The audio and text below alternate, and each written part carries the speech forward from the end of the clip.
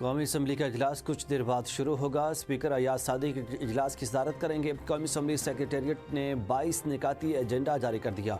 Private members के bill तवज्जो दिलाओ नोटिस एजेंडे में शामिल हैं। पीपल्स पार्टी का अरकान इजलास में शिरकत करेंगे।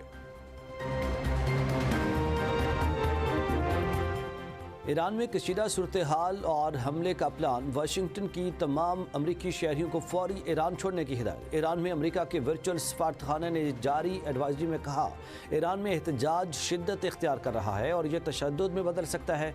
अमरीकी शहरी ज़मीनी रास्ते से आर्मीनिया या तुर्किया के जरिए ईरान छोड़ दें। ऐसे इंतजाम करें जिनमें अमरीकी हुकूमत की मदद पर इन्हिसार ना हो। ईरान ना छोड़ने वालों को घर में रहने, खुराक पानी ज़हीरा करने का मशवरा।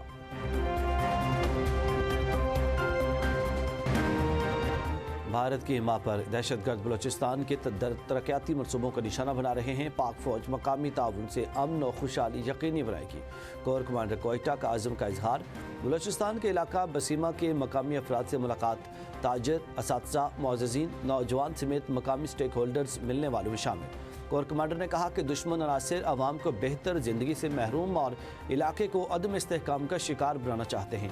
पाक फौज सिविल इंतजामिया के साथ तरक्याती मनसूबे जारी रखे हुए हैं।